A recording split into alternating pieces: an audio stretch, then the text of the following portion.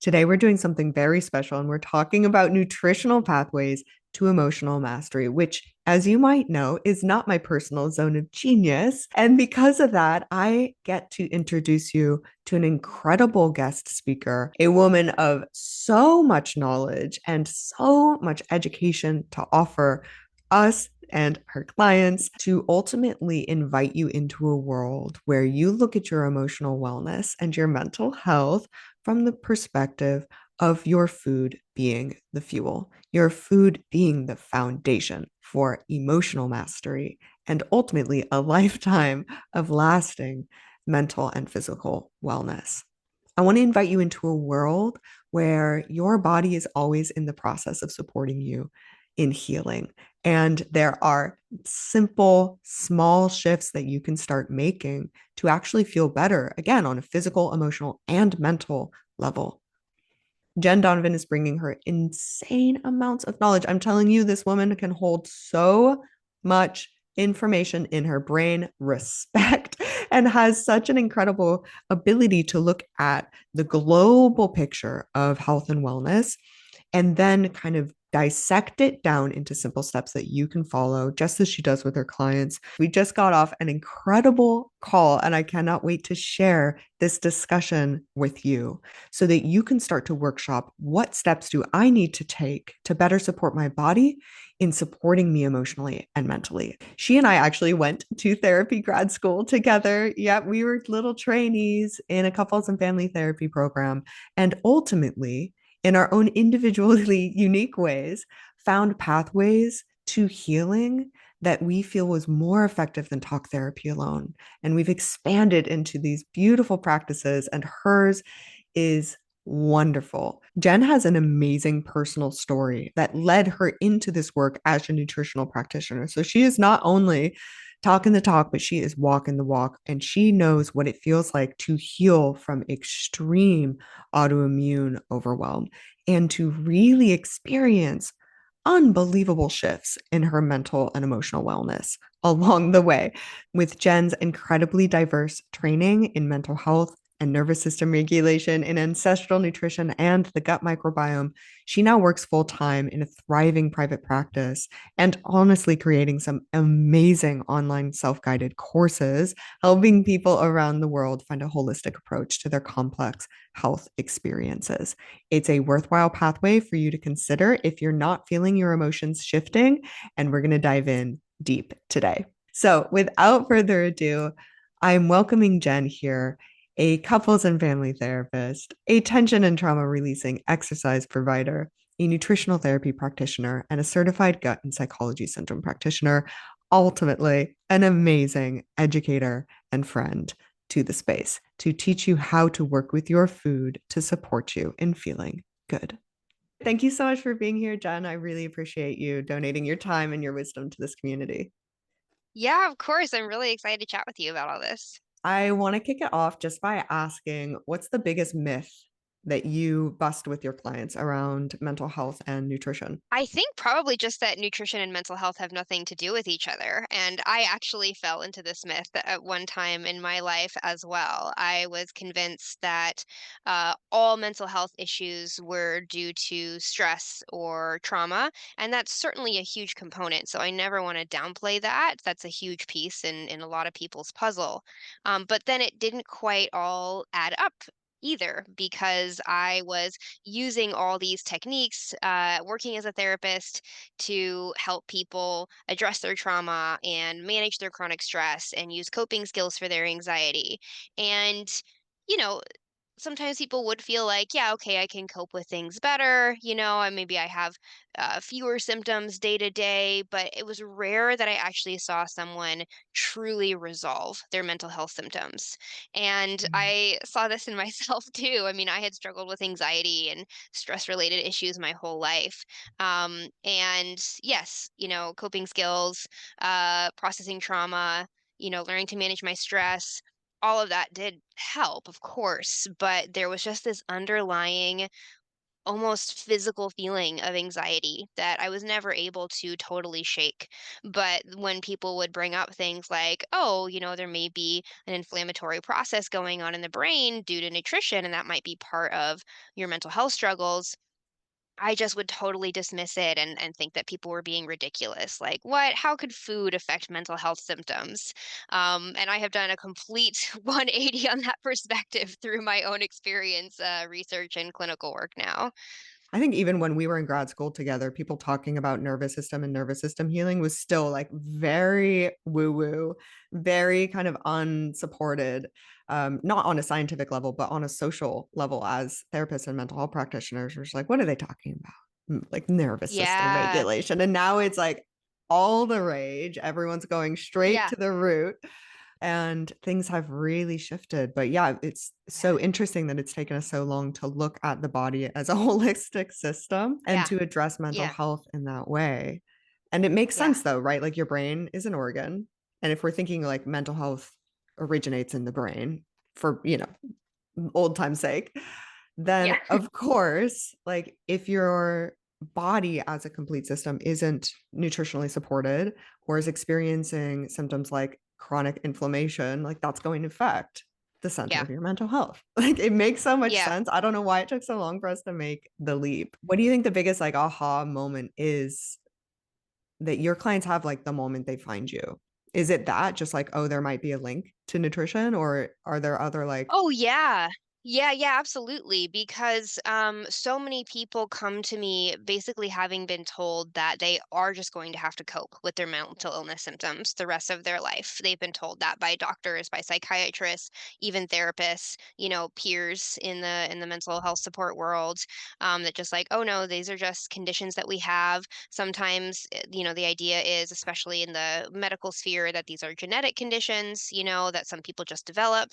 But even in a more trauma informed sphere, I think there's a lot of an idea that, you are going to probably struggle your whole life. We just have to, make sure that you can cope better with the suffering that you experience. And people are told that, they may just have to, um, uh, have all these accommodations, to manage their mental health symptoms, and that they are going to have to be on medications, their whole lives. There may be things that they'll never be able to do because of their mental health. I think that's kind of the mainstream line, in mhm. the mental health world overall at this point. And so the idea that, oh, hey, these can be actually very straightforward symptoms of chronic inflammation, of nutrient deficiencies, of gut imbalance, of blood sugar imbalance, a metabolic issue, all of these factors can be totally resolved. And so the idea that, like, oh my gosh, maybe I'm actually going to feel like I have a very different brain and personality, before and after I have these interventions, is just a totally new concept to a lot of folks. It's wild, isn't it? But it makes so much sense because we haven't built the foundation of nutrition. I find that with my clients as well. Like, how do you Yeah. latch on to an emotional diagnosis before you've even been taught how to process emotional energy through your body? Like, we have to Yeah, start at the beginning before we cling absolutely. on to this symptomology as being like a lifetime Yeah. sentence. Yeah. And it really does, I mean, like you were saying a moment ago, I mean, when you think about it critically for just a second, it completely makes sense. I mean, every cell in our body is made and repaired from the raw material that we get from the food that we eat. Like that is just a known physiological process, So every neuron, every piece of nervous tissue, every hormone, every neurotransmitter, which we know dramatically alters our mood and experience, all of these are made from the nutrients that we eat. And so, of course, it follows that if you shift the input, the output is going to shift as well.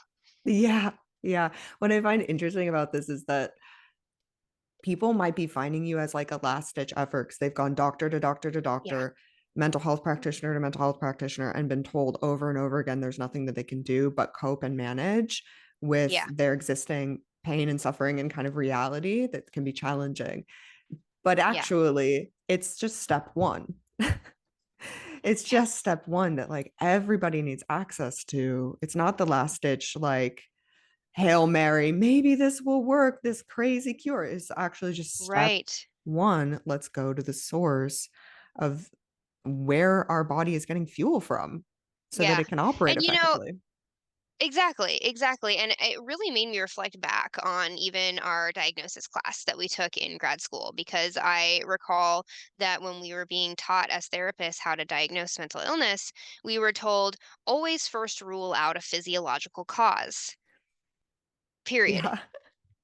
That was it, you know? And so I remember thinking that and or hearing that and being like, "Oh, that's interesting," but having no further information about how you would differentiate that or what you might recommend to differentiate that. And so I think there's kind of this common sense idea that, like, yes, of course, you should rule out basic physiological causes first, but in some ways, there's nothing to connect the dots about what that actually looks like or what that would actually entail. Yeah. Yeah. On that thread. So I want to jump forward a little bit at this point in your Yeah. life, because I know you've had a very personal journey with this work. How do you feel in your body physically and emotionally now?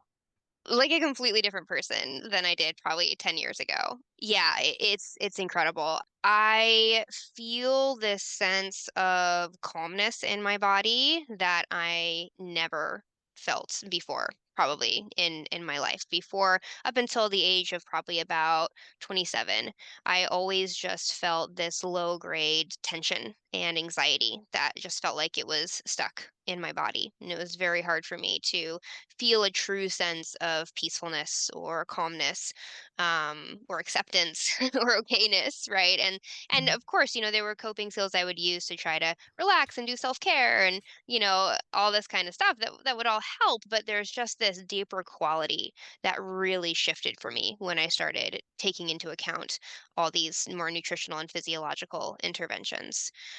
So it's not that I don't have bad days. I still have situations that dysregulate my nervous system. I mean, I just went on a plane trip back to Oregon over the holidays, and planes tend to totally dysregulate my nervous system. Like, it's such an intense sensory experience. And so, for a week afterwards, I was like, whoa, got to re-regulate myself. So I never want to make it sound like things don't affect me or I don't have to utilize, coping skills or things like that sometimes. But my baseline that used to be up here is now down here. And I can't even begin to explain what a change that's just made for my overall quality of life. It's a completely different way of being on the Yeah. earth in your body. Yeah. Yeah. Yeah. What was it like before you knew that you could do something about it? Like, what was your everyday reality? And then what was it like Yeah. during your healing journey as well? So there was kind of like my previous baseline, and then there was like this crescendo that happened with my own journey. So my baseline was kind of like I mentioned. I always just felt this kind of underlying tension, anxiety in my body, this sense of just gloom. I was very cynical. I was pretty angry. Ultimately, I tended to assume the worst or always think that the worst was going to happen. I felt like I ruminated a lot on past traumatic or stressful experiences I had had. Like, it was really hard for me to move on from things that had happened to me. And that was kind of my baseline. Then, as I got more and more physically ill, interestingly, the main symptoms that accelerated for me were mental health symptoms. So I had always been a really anxious, high strung, kind of obsessive person, but I started getting full on panic attacks and what I call like dread attacks, right? Where you have this like overwhelming sense of impending doom and feeling like I couldn't breathe and my heart doing weird things. And then that was paired with then just crashing with my energy, just feeling completely exhausted, like getting home from work and being like, gosh, I guess I just have to lie in bed the rest of the night, like not feeling like I could do anything else. So things really accelerated for me that way. And then at the same time, I started getting all these weird physical symptoms that had increased as well, digestive issues, allergic issues, things like that. And eventually I realized that there was this underlying physical issue that I was dealing with. And that led me to look at nutrition. It took me like actually getting a diagnosis that I had a physical immune system issue going on to be like, gosh, maybe I should really look at my nutrition. But the wild thing was is that when I started doing that and I started implementing these things that I had kind of laughed at and poo pooed before, the first things that shifted was my mental health. No Suddenly I way. noticed, yeah, suddenly I noticed like, whoa, like my body just feels like less tense at baseline. Like things that used to bother me, I was kind of like, meh, oh well, like I just felt this like kind of sense of like peacefulness just kind of wash over me. And that's not why I had done those nutritional changes. I had done them because I've been diagnosed with this immune system condition, but that actually took much longer to heal. And Yeah. yet, in the meantime, my brain had been so chronically inflamed my whole life, and I had no idea that's what's going on. So, as that inflammation went down, my brain was the first thing to start to heal. And I hadn't changed any of my like coping skills, or I hadn't had like some kind of, magical shift in the things that I was doing emotionally. It was the Mhm. physical things that had shifted. Mhm. Ooh. Okay, do you mind sharing what the diagnosis was that you got at that time, Yes. or many of them maybe? Because I know a lot of people get Well, a lot yeah, of I them. know, right? Usually they kind of add up, right? But the primary one that I got was mast cell activation syndrome. And this is a really interesting one. Unfortunately, it's really increasing in how common it is these days. I was diagnosed back in 2016. It was still pretty rare there. I know that was less than 10 years ago, but the rate of increase has been pretty strong since then. And it basically is this chronic inflammatory state in your body where your body is releasing all these inflammatory chemicals, such as histamine and tryptase, which are chemicals that are involved when you have an allergic reaction. And so it's basically like your body is having this low grade allergic reaction at all times. And it's caused by imbalances in the gut microbiome, among other things, exposure to toxins, things like that. So that's why I was doing these physical interventions, because I realized, wow, okay, I have this chronic immune system condition. I'm going to need to really work on my gut health and things like that. But the more I learned about it, the more I learned that when you have systemic inflammation, it doesn't just stay in one part of your body. It goes Mm. everywhere. So you start to get what's called neuroinflammation. So that starts to go into your central nervous system and your brain. The primary symptoms are neurological and psychiatric when you start to get that. And so things like mast cell activation syndrome are actually correlated with anxiety disorders, panic disorders, major depression, even things like OCD, bipolar disorder, psychosis, even very serious mental health conditions. Now, that doesn't mean everyone who has those conditions also has mast cell activation syndrome, Right. but there's a big spectrum in these kinds of immune system imbalances, and so we might want to look at, is there some kind of chronic inflammatory process happening in the body, either from something like mast cell activation syndrome or an autoimmune disease or just digestive issues in general, right? I mean, there's a whole spectrum Mhm. of these that we can look at that could influence how the brain is working and then your emotional experience. Can change. Yeah. What are some of those like allergic reactions? Like, what's that look like on a tangible level if you have like a histamine response or just some of the general ones to map onto? So for me, I had a pretty classic presentation. People have different presentations, so not everyone will resonate with my story who has this syndrome, but I would get the anxiety attack, that feeling of dread, the heart racing and heart palpitations, a drop in blood pressure. So I'd get very dizzy or lightheaded all of a sudden. And then I also had a lot of skin symptoms. So I had chronic flushing, rashes, hives, especially on my face, but I would also get it on my chest as well. So that's primarily what it looked like for me. That's super helpful to know because I think like I've always been a red cheek girly, but I've also Yeah, always had stomach aches my whole life until recent right. years when I was able to Yeah. kind of disrupt some of those stress responses in my body. And sometimes Yeah. it's so hard to piece apart, especially with these like kind of more maybe benign, like they're not physically uncomfortable symptoms. Like maybe your Mhm. heart races for like a few seconds, but then it kind of goes back down, right? Or like my cheeks flush for an hour, but then they Yep. chill out. It's hard Yeah. to know when that is actually indicating some sort of system is in your physical body Right. isn't operating effectively. Well, I mean, and it always indicates that, Yeah. that's the thing. It's just that these things occur on such a huge spectrum. So I got to a point where I had a pretty serious case of mast cell activation syndrome. Like when I was at my sickest, I was pretty debilitated. I was, mostly stuck in my house. I was having like very extreme symptoms. But there's a huge range.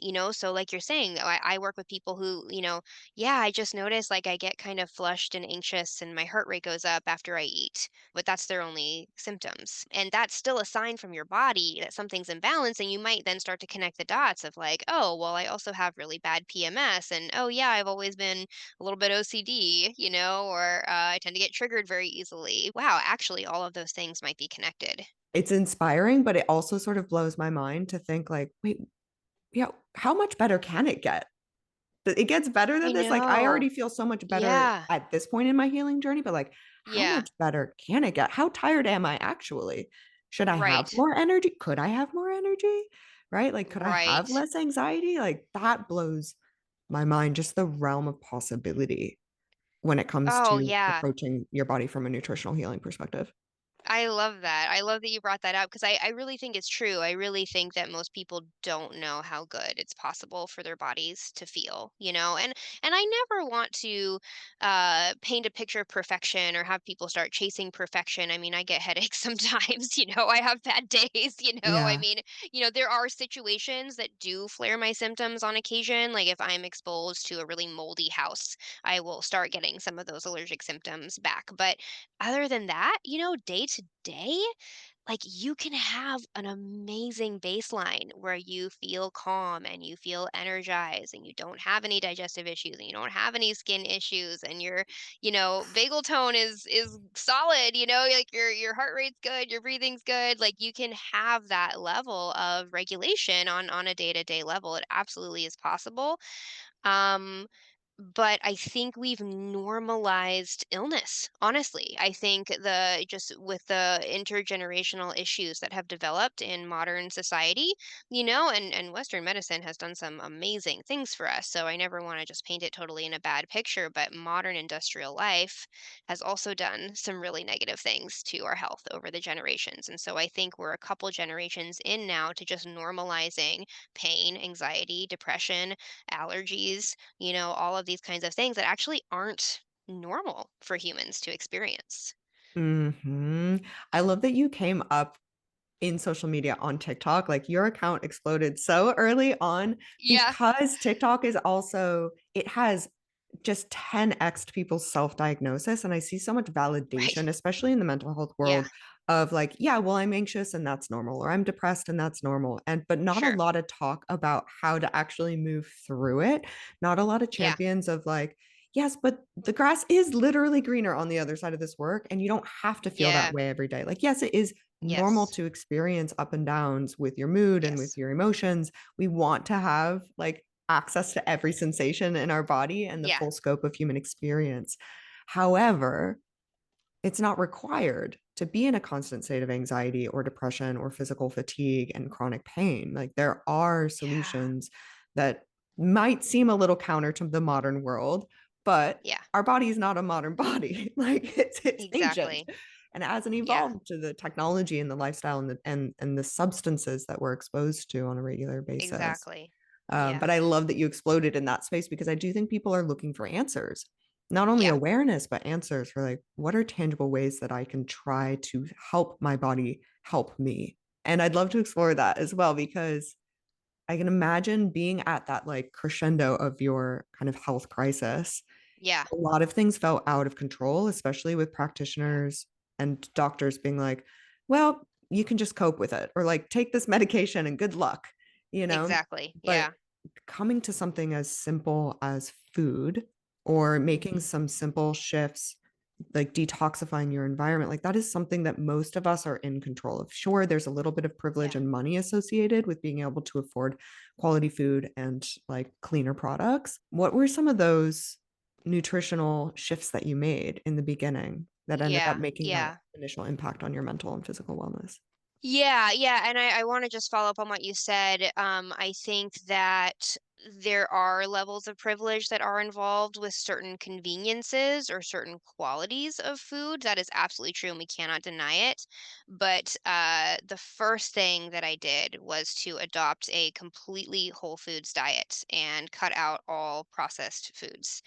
And if you actually look at that food budget wise, sure, you might not be getting organic, grass-fed meat and produce, but it's still better for you to eat conventional meat and produce that are whole foods than to be eating processed foods. And if you look at it, product to product, dollar to dollar, it is actually cheaper to fully eat whole foods than to eat processed foods. Um, so I think that we don't want to get stuck on perfection, of course. If you can't afford organic, if you can't afford grass fed, that's fine. That's still going to be a lot better for you to just eat whole foods, and you actually probably will save on your budget. Same with kind of detoxifying your environment, changing the, shampoos, cleaning products, soaps, things like that that you're using. Yes, if you want to buy the fancy natural products they sell, at Trader Joe's or whatever, yes, that is going to be more. But if you buy some simple ingredients like white vinegar, baking soda, bulk coconut oil, and you are making all your like own cleaning and hygiene products, it's actually way cheaper to do it that way and it's way less toxic. So I think the disparity conversation is a really important one to have, but I don't think it's as big an obstacle as some people make it out to be, just as long as you're willing to be more flexible with certain things. I appreciate that Um, so much because so many of the accounts as well that I see promoting these lifestyle changes and dietary changes, they are really sort of like idealized and yes, they're like a gorgeous man who doesn't have an ounce of fat on him, living in the yes, wild, like milking his right, cows every morning. And he's like, this is what you yes, need to do. yeah, And you're like, well, that looks great. Love it. yeah, I love that for you. Inspiring, certainly. But like, maybe I yeah, live in the middle of Kansas and all I've right, got like access to is Foster Farms yeah, chicken, yeah, like what am I to yeah, do here? Or maybe I live in a place where they literally don't have green cleaning supplies. I yeah, love what you're saying is that you just start with what you can do. Get the vinegar, get the yeah, baking soda, do like a basic yeah, amount of research on alternatives that are non-toxic to the body and just start there. Like allow it to be yeah, messy, allow it to be an experiment, yeah. but get used to the shift. What would you say processed foods are for people that aren't quite sure where the line between whole foods and processed foods lie? Yeah, no, that's a great question because often will meet with clients who say like, "Oh, I don't eat processed foods," and then they show me their food diary. And There's they've got like processed bars foods on in there. there. Yeah. Right, exactly. Yeah, yeah. So, so to me, we have to understand history a little bit to understand what processed foods are because humans have always been processing foods. That's part of what makes us human, right? Is that we don't just, eat the raw carcass that we scavenge like our, carnivore ancestors might have, right? We take food, we cook it, we process it, and then we consume it. So there's also been always been some amount of ways that we've changed food, but these are all processes that are very natural that you could do in your own backyard or kitchen. So if you are wanting to make well, I'll just use vinegar again for an example, right? Like there's some amount of processing that you have to do, right? You have to extract the juices and you have to do a fermentation process and things like that. But it's very simple to do that in your own kitchen if you really wanted to. So I wouldn't consider that a modern processed food, even though there's some amount of processing that goes into it. Different cooking methods would go into this category as well. What happened was around the time of the Industrial Revolution, so like mid 1800s, there was a huge shift in working environment. So all these factories started opening, a lot of modern scientific processes started happening, and so they needed a lot of workers to work in factories. And so before this, most people lived in small towns and, everyone had their own flock of chickens and cow and little garden, right? And so it was very easy to do this very self-sustaining subsistence, even if you didn't have a lot of, money, even if you were poor, you still had kind of these basic resources. But having to bring a lot of people into cities to work in factories, now people are in kind of like these tenement rows or, apartment housing, kind of inner city living. And so they had to figure out a way to feed all these people that now didn't have their own cow, didn't have their own garden, didn't have their own flock of chickens. And so this is where the concept of shelf stable processed food started. So it's the idea that we need a lot of convenience packaged food that can be stored for weeks and months and won't go bad.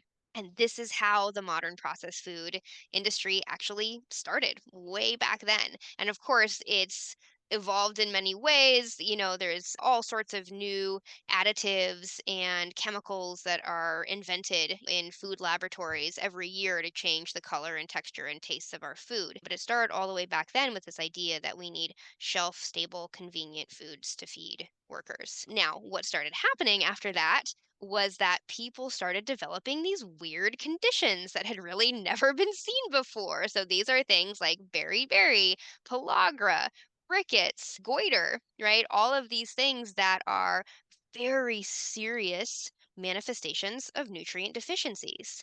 And interestingly, if you look into this history, what you see is some of the first warning signs of some of these conditions are psychiatric in nature. People start getting very anxious or very depressed, or they start getting memory loss, like really bad brain fog. They get very fatigued and even start having delusions or hallucinations. So, some of these are critical B1 deficiencies, B3 deficiencies, vitamin D deficiencies, and iodine deficiencies. So, what they started doing, because people were dying from these nutrient deficiencies, they were very, very, very serious because people were living on refined flours and processed refined oils, basically, in these kind of packaged, crackers and breads and products.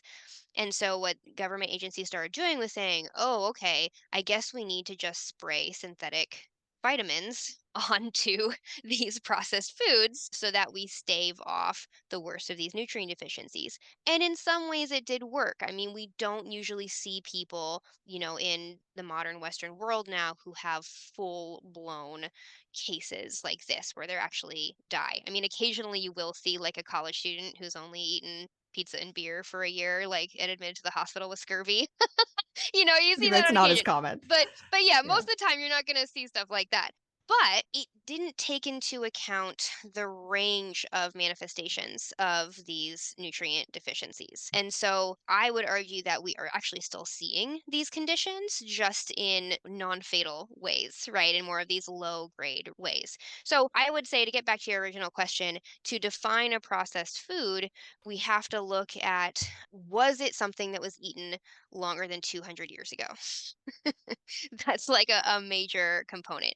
Does it have any ingredients in it that were made in an industrial process or a laboratory for convenience, for flavor, for texture, for preservative properties, whatever it is? Anything with a chemical sounding name isn't always bad because some natural things that you find in the environment have chemical names. But a very general rule of thumb is, if you look at the back of package and you read the ingredients list, if there are words on there you don't recognize, if there are words on there that you could not make in your own kitchen or grow in your own garden, it's probably a processed food. What a great example. There are like little energy bars that would qualify as a whole food if, for instance, you understand what those ingredients are and you're like, okay, I could Yeah. technically mix this in a bowl at my house and have this product created or in Yes. hand. Totally. Yeah. So like I will get plantain chips or like pork rinds, or things like that. And you look at the ingredients and it's like, oh, pork, lard, salt. Those are the ingredients. Okay, I could source all those myself. Or like, oh, plantain, coconut oil, sea salt. Cool. Those are all things that I could source. So yeah, again, humans have been processing things forever. Just because something has gone through some sort of cooking or processing process doesn't mean that it's bad, but you want to be able to know what each of those individual ingredients is. Beautiful. That's such a good first step for anybody that's just even curious about what life might look like with a Yeah. small nutritional shift. I mean, it seems like it's really important for somebody to take a lot of self ownership as well over their ability to be in touch with their symptoms Yeah. without catastrophizing them, but also without like needing somebody else to tell them this is what feeling good looks like and this is what feeling good doesn't look like. Like somebody could Yeah. just show up and be like, all right, how am I feeling now? Let's do a little body scan. Let's see what's Yeah. present for me. Let's build some awareness. Okay, I'm kind of fatigued at this point during the day, or this is my physical Yeah. response after I eat, or these are the emotions that are present for me. Now I'm going to try to see what nutritional shifts create. I'm going to go into a whole Yeah. foods diet just for like a couple weeks and then notice any changes in my body. What do people notice right at the beginning when they start to make these little shifts? Well, first of all, if you're eating a lot of processed food, just switching to the whole foods diet, it often will bring your overall systemic inflammation down so much that you can be more aware and intuitive then about what your body really needs. I think a lot of the times people are in such this state of systemic inflammation that it's just they're having all these symptoms that feel random and chaotic and they can't pin them down and they're just like, "Oh, my body's crazy." And Yeah, well, and like they they have that disconnected feeling. from their body for survival. Exactly. Yeah. Yes, exactly. So when you just bring down that baseline level of inflammation, now it's like, oh, I notice, I'm always getting a headache at this time during the month. Or, oh, I notice after I eat this specific food, I tend to get super bloated. Or, wow, I notice like at 3 o'clock every day, I start to feel more anxious. So it just kind of hones things in. That might not be the final intervention. Like some people may need to do more than that, but it at least brings things into focus a little bit, right? Where it's like, Mhm. okay, I'm not just bloated all the time. Maybe I can find there's a very specific trigger that now I'm noticing causes it. There's almost more physical safety because you've slowed down a little bit, you've Yes. decreased your toxic load, and now you can Yes. start paying attention because you're that much more connected, just a little bit more connected to your body and out of some of those intense symptoms. Yeah, and there's been so many studies. I mean, these are correlational, of course, but there is an exact correlation between processed food intake and severity of mental health symptoms. When they do these meta-analyses, just the correlation just pops right out. It's like the more processed food someone eats, the more likely they are to be developing mental health symptoms. And I think it's because of what I was just sharing earlier around the more processed, refined foods that you're eating, the less nutrient dense your diet is and the more likely you are to develop nutrient deficiencies, even if they're low grade ones that won't always show up on a blood test, for example. Right. And ideally, people can start shifting these patterns and decreasing their symptoms before they escalate to complete overwhelm and shutdown of the Yeah. body. Right? And you Yeah. can start addressing it. I mean, I was very, very lucky to grow up with parents that were just like way ahead of the curve on this. Like we didn't grow up Yeah. with sugar. We didn't have sugar in the Yeah. house. We were super organic. My parents were all about like natural remedies and Chinese Yeah. herbs and Eastern medicine. And as a kid, it's annoying because everyone Yeah. else is getting Gatorade and fruit by the Right. foot, and they're getting all of these like delicious looking foods that are really normalized in our culture. Yeah. But as an adult, I was so thankful and I still am so Right. grateful to have never have actually acclimated to the processed foods and products, right? Like I've Yeah. never used fluoride toothpaste, for instance. Like it's just never been a part of Right. my repertoire. But Yeah. for everyone else, it feels like a lifestyle choice, right? It feels like an option Yeah. where you're like, oh, I'm getting the $5 toothpaste because I can, or I want to be Right. seen in this particular way of being connected to my body and taking care of it. So that's why I'm going for these more natural products and food choices. Right. But actually, what I hear you saying is that physical symptoms of inflammation or pain and psychiatric symptoms, mental health symptoms are all connected and already really proven to be correlated with these toxic products and processed foods. And so we need to kind of have this cultural narrative shift where people start to understand just because your government gives you these things doesn't mean they're safe. Just because they are Yeah. most available and most affordable doesn't mean they're safe. Just because they're FDA approved doesn't mean that Right. they're quote unquote safe for your body when you're exposed to them or ingesting them long term. Like there Yeah. needs to be a massive shift and a coming back home to the products Yeah. that our body can actually process. It's not that your body's weak and Yeah. needs to be babied. It's great at No. doing what it does, but we need to Yes. come back to simplicity. Yeah, I really want to emphasize that too. I think that's such a good point on this narrative shift because we've just come to this place where getting yourself fast food on the way home or going and getting some kind of highly processed dessert is considered like fun, self-care, rewarding yourself. There's all these cultural narratives around what this means and oh, you everything in moderation. We're at a point where even a whole foods diet is almost considered restrictive by a lot of people. And I really think giving your body foods that it literally did not evolve to process, that actually does not give your body the correct nutrition to run properly, that is the antithesis of self care. That's not a reward. That's not treating yourself. That's not being kind or gentle or moderate. That's actually harming yourself, you know? And that's not to say that I think anyone, if they ever go get fast food or something like that, that it's like bad or they've done something wrong or they're hurting themselves. I mean, we don't have to be that extreme either, but we have to see it for what it is too.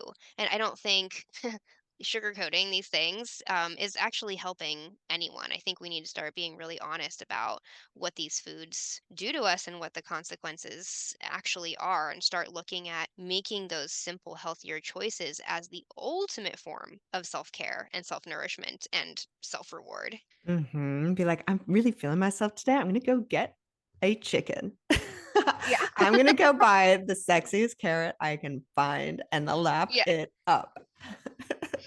And I think part of the processed food industry has been to hijack our taste buds. When you're eating processed foods, you are eating flavors that have been created in a lab by scientists specifically to hijack parts of your brain into wanting more. And so when people start eating whole foods, when they've grown up eating a lot of processed foods, it often does taste weird and bland and the texture feels off, and there is kind of a hump that a lot of people have to get over. And so that's okay. That's totally normal. But you have to remember that you're having that response because you have been systematically hijacked by the processed food corporations. So it's really about taking your power back. And once you give yourself kind of a cleanse off processed food, usually I see people it take maybe like 4 to 6 weeks, maybe 8 weeks at the most. But once you kind of get over that hump and you've been doing it a couple months, suddenly you start noticing all the incredible nuances and flavors in these natural whole foods. It's like suddenly it's like your taste buds reawaken and oh my gosh, this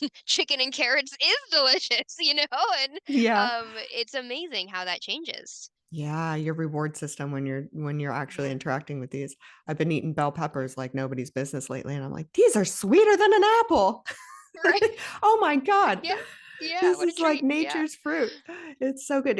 And I love that we're just focusing on this shift from processed foods to whole foods, because while that seems like a small thing, it is fundamentally not only changing the way you emotionally interact with your food, Yeah. but also how your body's interacting with it. I think we have a tendency when we're looking at kind of getting at the root cause of psychiatric and physical symptoms to just make it harder than it needs to be.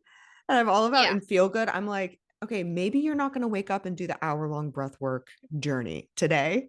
Maybe you don't ever do that, but like, can you do 3 minutes? Like, can we get a half step there? Yeah. Or I was speaking with some Yeah. of my members about what they're noticing around their diets lately in preparation for our chat today. A couple of them were talking about, well, I noticed that if my nervous system's really burnt out and I feel like I'm exhausted and I want to go for the coffee, that coffee only makes me feel worse. But if I'm feeling really good in my body and Yeah. really strong, the coffee makes me feel great.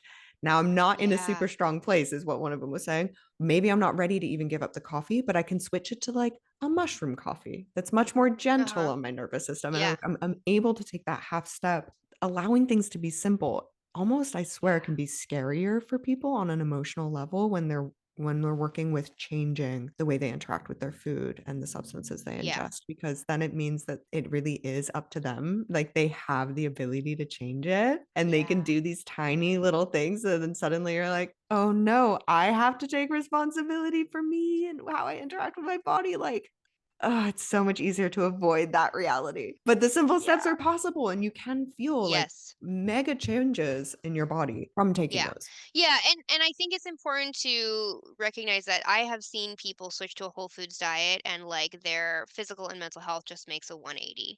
That's all they had to do. There's other people who may, maybe even people listening to this are like, I already eat all whole foods and I still feel terrible. I still have mental Mhm. illness, and I want to acknowledge that too, that we're at a point again with what I think are very intergenerational nutrient deficiencies at this point, especially if like your mom's anxious and your grandma's depressed, and you have a brother with schizophrenia and you have an uncle with bipolar disorder. And if you see those patterns in your family, you are very likely dealing with these intergenerational nutrient deficiencies. And for some people, they will need more intensive interventions, and maybe even some very targeted nutritional supplementation and things like that. So I just want to take a moment to honor people who that's their experience as well. Absolutely. Yeah, we're all coming into this in a different kind of entry point. based on what we've got going on in our body. What would some of those next steps be? Like, say you're already on a whole foods diet and you're still feeling a Yeah. bit funky. Just a brief overview. What would some of those next nutritional kind of interventions be or shifts be that people would make? So there's kind of two levels of additional interventions that I usually would take clients through. So the first one is just kind of going to be the next step. And this is going to be a very high protein, lower to moderate carbohydrate type of diet. And so what this is going to do is it's going to be all whole foods, but you're going to still take out some of the higher carbohydrate foods. So you're going to do what most people would call more of kind of a paleo or a specific carbohydrate type of diet. So you're going to take out things like grains and legumes, and maybe the highest sugar fruits, maybe even things like potatoes, So I individualize it depending on the person, what things we have to eliminate. And it's not because any of those foods are bad. I always really emphasize that to people. If humans have been eating it for thousands of years, it's great. It's good, like solid.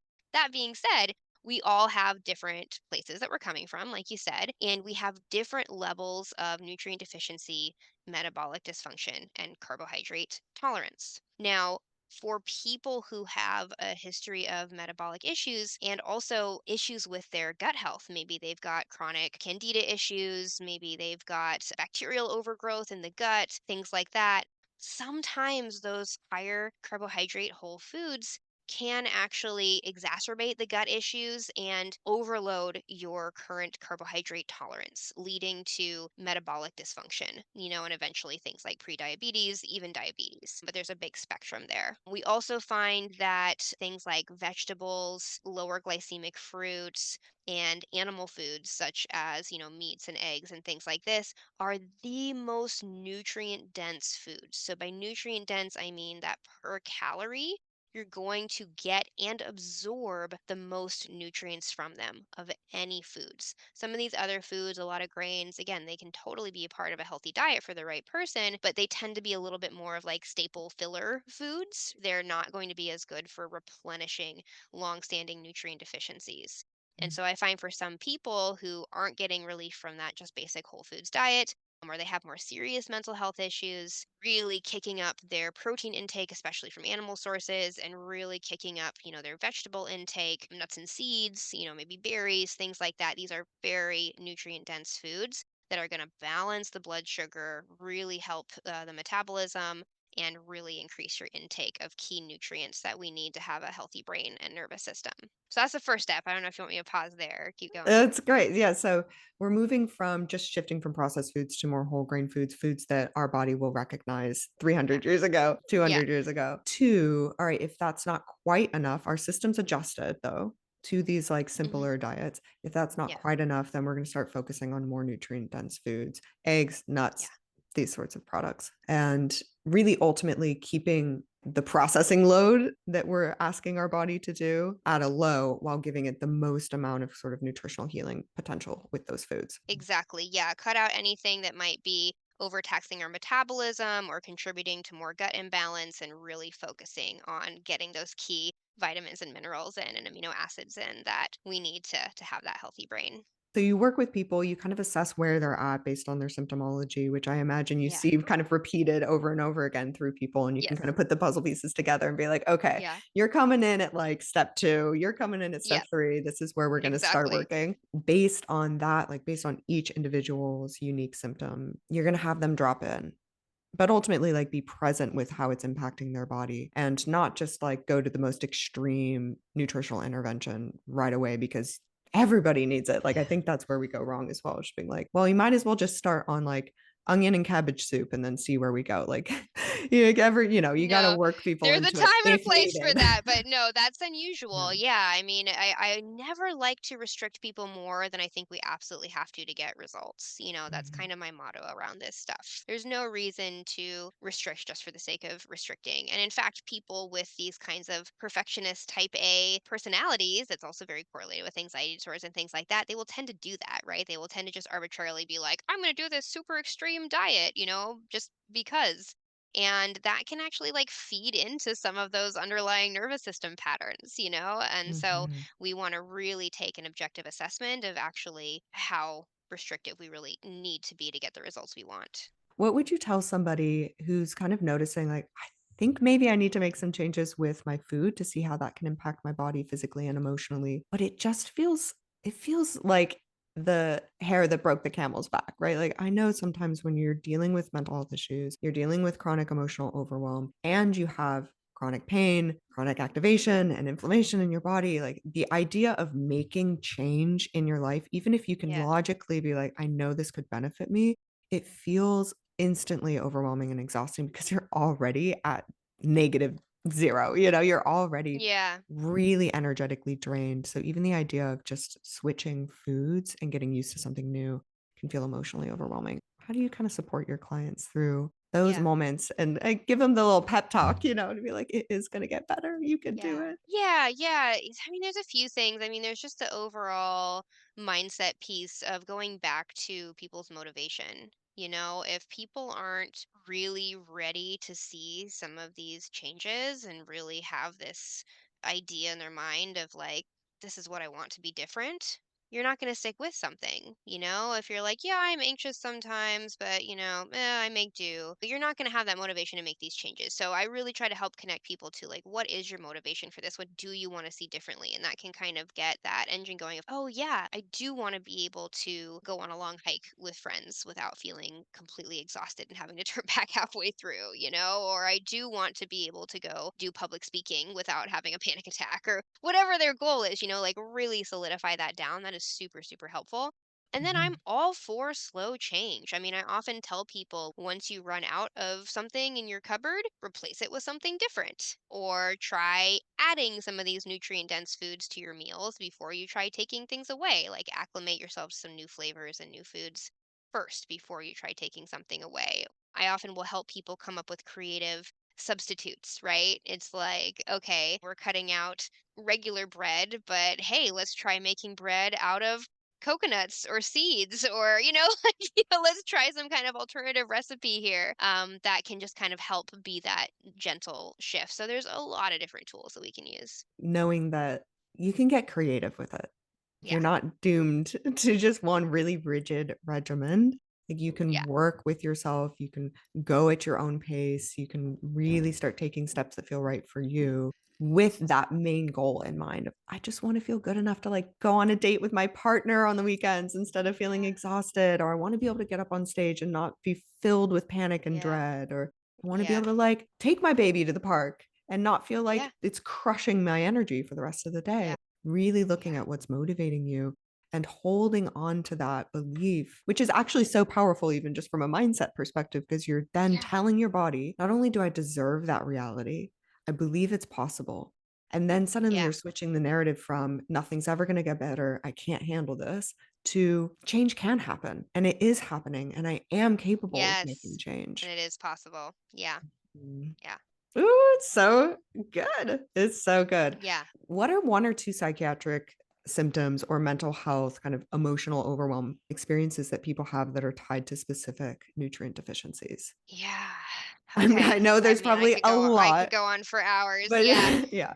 I'll share some of the most common ones I see. There is a genetic quirk that some people have, I'll just call it, called pyroluria. And this is it's just a quirk in the way that your red blood cells are formed, where certain nutrients are used in higher amounts or kind of wasted than in your average person. And so people with this quirk are going to be more likely to become deficient in these specific nutrients. And those nutrients are specifically B6 and zinc. So a B vitamin and a mineral, as well as a few other cofactor B vitamins, B1, magnesium, some other things as well, but primarily B6 and zinc. Now, if you're eating a super nutrient dense diet, you might not even notice this because you're getting so much natural B6 and zinc in your diet that that kind of wasting effect doesn't matter. But for people who maybe have, again, these intergenerational nutrient deficiencies, or they've grown up eating a lot of processed foods, they may be much more on that line of being deficient in those things. And then those genetics really matter. And so we have to think about, okay, what do B6 and zinc do in the body? Well, B6 and zinc are actually some of the most important nutrients from the conversion of raw nutrients into our neurotransmitters. We need B6 and zinc to do that chemical reaction from the proteins and the other vitamins that you're eating into things like serotonin, dopamine, GABA, right? All of our happy, feel good chemicals. And so, if people are chronically depleted in these nutrients, they're going to have a much harder time naturally making these neurotransmitters. And so, some characteristics of people with this condition that is very active are things like difficulty focusing, ADHD, tendency towards anxiety, a tendency towards agoraphobia, tending to be very emotionally sensitive, like very sensitive to criticism. They may tend to have a lot of just kind of overall like chronic body pain, like they may just have a tendency towards crackly joints, and being sensitive to like light and sound, just get very overstimulated very easily. In extreme cases, it can even go into things like paranoia and delusions and even psychosis in extreme cases. But a lot of the times it's just kind of more this low grade, like very high emotional sensitivity, anxiety, just feeling uncomfortable in your body and your nervous system. So this is something that I see a lot in my practice. You can imagine, like you're probably even thinking yourself for like five people of like, oh my gosh. And so these people generally to correct these nutrient deficiencies, they should ideally be on that high protein style of diet that I was talking about because we really want to kick up your nutrient intake and we want to take out anything that's superfluous to it. And then sometimes you might need to have some supplementation as well. So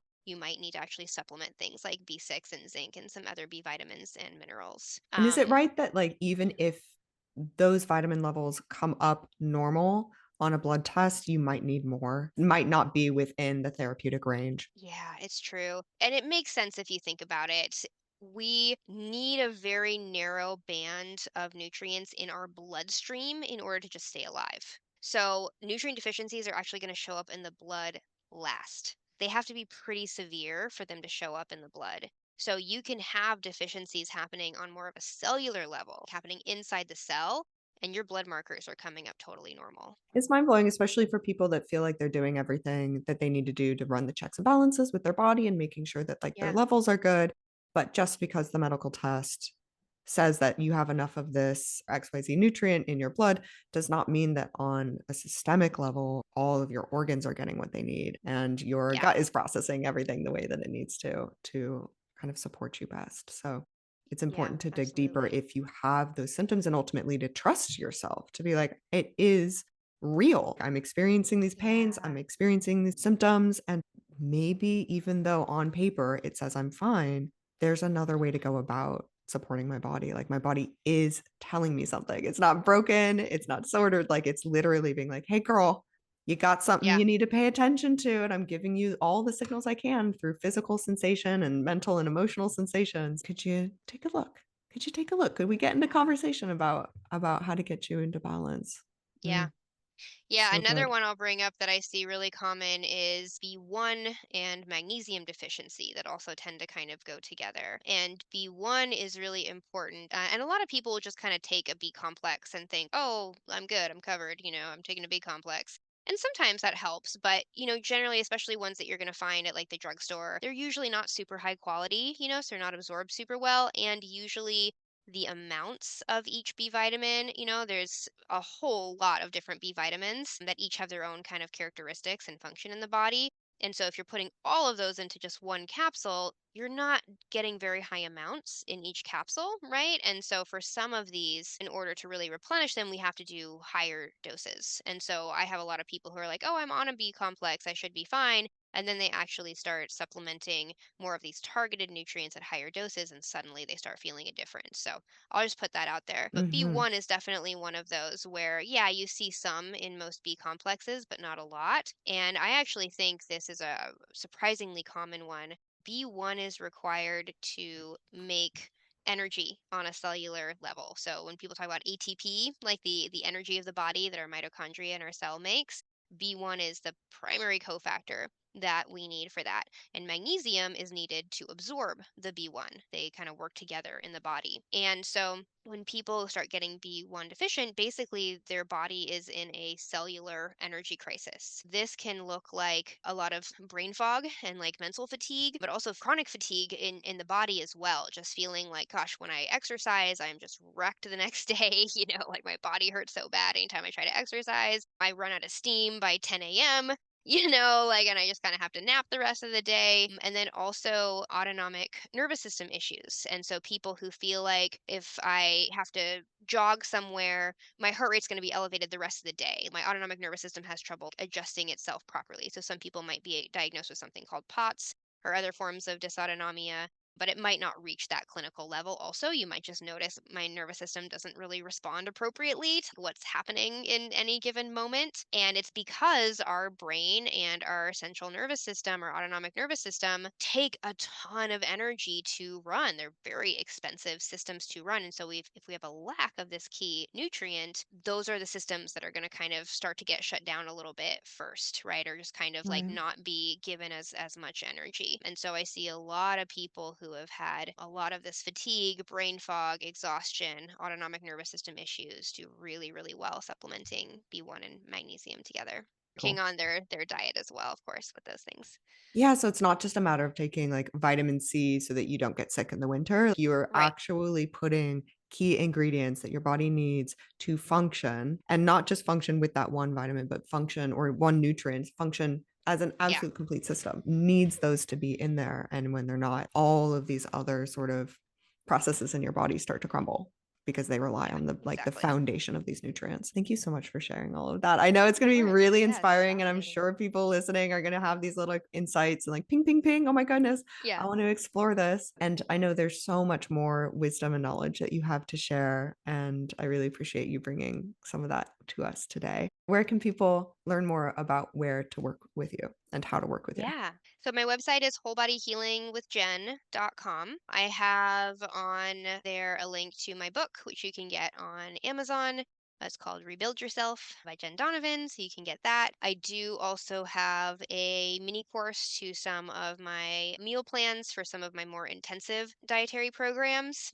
So if you're looking for like, okay, I really want to dial in to do something a little more intensive, I have a mini course with all my meal plans and supplement plans in there that I'll send you the link to so you can share. And then I do have an intensive 6-month coaching program. It is geared for people who have mast cell activation syndrome or autoimmunity or other more severe immune system issues. So I have that. And then I also do just one on one assessments and plans for people. So people can get on my schedule to work with me just for like a one time assessment. I do tend to book out pretty far, but I have some wonderful coaches that work for me. And I actually have a coach that specializes specifically in mental health and knows all the stuff that I'm talking about. So her name is Sally, and you can book with her on my website as well. Incredible. Such a good resource. And I'm working with some of your programs as well. I've been dipping my toe in and starting my sort of initial first steps as someone that Awesome. is exploring like just what's possible. Like what is Yeah. possible now that I've approached this from kind of a behavioral mental health perspective. I've learned to release some stress through like everyday tools and nervous system regulation and creative coping practices and all that. What happens when I really start to rebuild my body from that foundation up?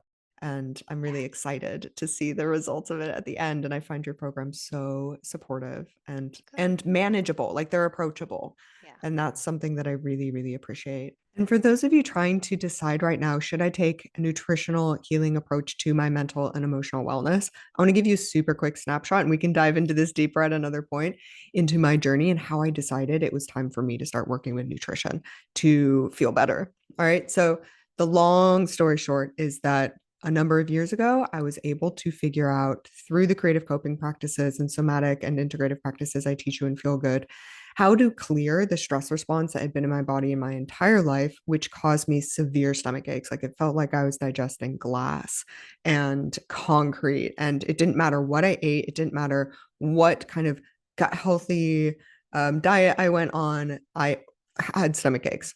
And there was nothing I could pinpoint when it came to what caused it. And so I started approaching it as a stress response. And that's when I was finally able to get it to release. However, as you might know, sometimes stuck emotions hide behind other stuck emotions. So I had a sense of not enoughness in my stomach. I had a lot of unworthiness that kind of lived in my stomach that was unaddressed. And when I released that, while I felt this huge weight lifted off of my shoulders and literally like all this tension leave my gut, I then started experiencing other somatic pain, which was in my throat. So it was a part of me that really did not feel safe taking up space and using my voice. And it was like, wait, we use that not enoughness to hide behind the fact that we're also afraid of speaking up. That said, what incurred after that was several years of pretty severe strep throat cases, some pretty bad lung infections, and almost all of them caused by a stress response. And it took me a while to learn how to work with that emotional stress response because every single stuck emotion in your body might need something different. And I was just racking up the antibiotics during that time. I wanted to avoid them. I tried my very, very best, but I just absolutely wreaked havoc on my body during that season of learning and growth. And a number of months ago, I've been waiting to do Jen's programs. All of last year, I was so exhausted healing from that season of ascension sickness, if we want to call it that, that I was not quite ready to change my diet just yet. I was so exhausted. So I waited, I rested, and I just went really slow until I started to have a little bit more presence, a little bit more capacity for making changes and starting to stick with them before starting Jen's program. But at that time, I was experiencing bright red cheeks and like a very, very strong marker of my nervous system and my gut microbiome being out of balance. Some of you may have seen this even on my Instagram stories. Really, really, really red cheeks, lots of little bumps on my cheeks. I was experiencing pretty intense fatigue. I would get super tired about 5 minutes after eating, really like a lot of brain fog still throughout the day, very low energy, wasn't really able to work out or move my body much. That's a tolerance I'm still building up. And what else? What else did I experience at that time? My sleep hasn't been great. I still experience some kind of stomach bloating and unpredictability. And it really felt like I wasn't able to process anything. Like my metabolism just wasn't really working, is what it felt like. And so at this point, I decided to start in with one of Jen's introductory courses. I'm a few months into that. And what I can say is that I am absolutely experiencing some pretty remarkable results just starting to shift my diet towards what you would call more of a ketogenic diet. I'm experiencing way more energy. I rarely, rarely nap. Over the last number of years, I've had to nap in the afternoon after eating almost every single day for a good 20 to 30 minutes. I don't have to do that anymore. So the napping is gone. My energy is much more stable. I am able to do a lot more movement, though I still do reach a cap at some points much earlier than I thought that I would, or I expect myself to. So sometimes I do go on like an hour long walk and I'm exhausted after, but that's not every day. My stomach is starting to feel a lot better. I'm starting to lose a little bit of weight. And that's I really just mostly from cutting out sugar and processed flour. My cheeks, while still like flaring up and getting red, have really decreased the amount of inflammation that I'm experiencing there. So I know I'm moving in the right direction. And I'm really looking forward to continuing on this journey into supporting my body healing on a physical level. I knew that if I didn't work with the stress response, that would continue to disrupt my gut microbiome. So we need to do both of these pieces of work in order to find a holistic connection and ultimately heal through our body. However, it doesn't really matter which one you do. We just need to be doing them both sort of simultaneously or off and on, working with healing your body from a physical nutritional perspective, and then working with your mind and your emotional and your mind body connection, right? The connection between your physical body and your emotional body and your mental experiences. So decide what feels right for you. Decide what feels right for you. I also am working on balancing hormones and getting off of birth control. And that is an attempt to best support my gut microbiome in healing as well, because that all is connected and it all makes a difference. So if you're disrupting one system, you're going to be disrupting another. If this is feeling good for you, I highly encourage it. And I really want you to just allow it to be simple. Allow it to be simple. My journey has not been linear, and that's okay. I started working with this diet in August. I was experimenting with it. I was playing with the different types of foods that I could eat and how it felt in my body. And then the holidays came up and I had my holiday time. I noticed, hands down, without a doubt, I felt worse. Eating sugar, eating flour, it did not make me feel better. Now, I was off of gluten for 13 years. So I don't plan on giving up flour. I don't plan on giving up bread and pasta. But in the short term, right now, giving my body a break and really learning what it needs to be fueled and to repair, that is what I'm playing with. So it feels really balanced and healthy for me. And I encourage you not only to check out Jen's programs, but to find a path that feels really good for you and know that you get to, in some ways, make the rules for what's a fit for you. But I cannot say enough about how much I respect and trust Jen as a resource with her due diligence and her research and her knowledge and her wisdom and her incredible team, many of which are previous clients that have had such great results and been so inspired by their healing journey that they want to come back and learn to be nutritional therapy practitioners. So thank you so much for being here and Yes, inspiring I'm so everyone with glad your to hear that. story. Yeah, I Of really course. appreciate it. And I wish you Yeah, all the best. thank you. Changing Yeah, the it was a great world, one conversation. bite at a time. Yes, exactly. Besides checking out Jen's amazing resources, one of your invitations from this workshop is to start building awareness, compassionate, loving, understanding, and supportive awareness around the physical sensations that you have on a day to day basis, along with the emotional and mental sensations you have as well. So maybe you're using a journal and you're just starting to make note of the physical sensations, the emotional, and the mental experiences that you're having throughout the day. Wake up in the morning, heart is racing, anxiety spiking, or wake up in the morning feeling really good and really calm and I want to move my body, right? Track your energy levels, pay attention to all those little things that might indicate your body is asking you for a little bit more support.